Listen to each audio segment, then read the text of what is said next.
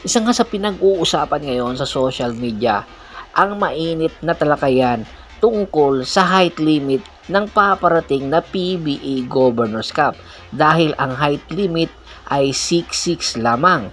Pero ang San Miguel Beermen na bago nitong import na Lithuanian national ay mayroong height na 6'8.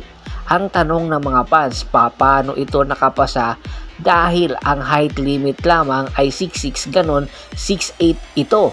Ang opisyal na height netong si Taurus Jugela sa FIBA ay 6'8 at paano ito sa opisyal na sukatan ng PBA ay 6'5 and 7/8 ang nangyari. Ano ba ang pagkakaiba daw ng height o sukatan ng PBA at sa FIBA? Alam natin na ang PBA ay under ng FIBA, kaya paano sila nagkaiba ng sukatan? Kaya ito ngayon ang question ng mga PBA fans. Isa ba itong under the table na naman na moves ng San Miguel Beermen?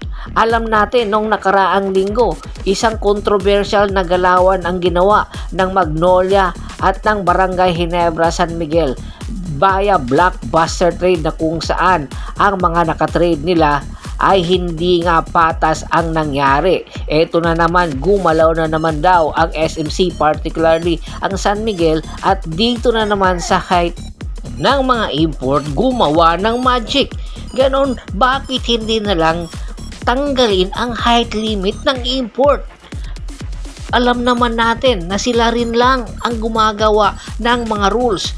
Kumbaga, bakit sila rin ang lumalabag sa mga rules ng kanilang pinapatakbo? Kaya naman ito ngayon ang saloobin ng mga PBA fans dahil marami na palang mga import sa iba't ibang mga kupunan ang pinauwi dahil sa height limit.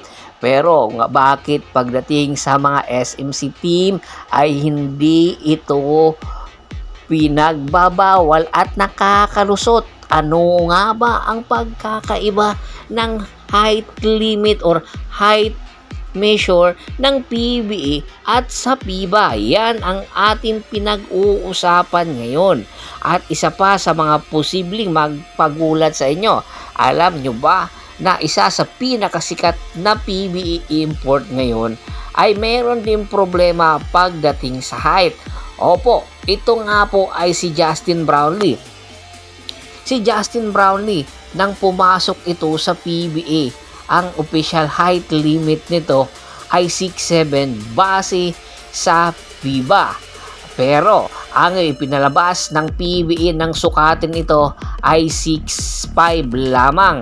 So meron na naman ginawang magic ang San Miguel or ang Barangay Ginebra para makalusot itong si Justin Brownlee. Pero alam nyo ba, sa official height limit or sa official height neto sa FIBA ay 6'8 itong si Justin Brownlee. Kaya marami ang nagtataka kung bakit ito nakakalusot. Ano nga ba ang ginagawa ng mga San Miguel team at pwede nilang gawin ito sa PBA? Ano sa tingin nyo? Kayo na ang humusga. Dapat pa bang ipagpatuloy itong height limit ng PBA or tanggalin na ito kahit sa Governors Cup? Komento na sa baba ng video at pag-usapan natin yan. Once again, this is Percival Monteron at your service.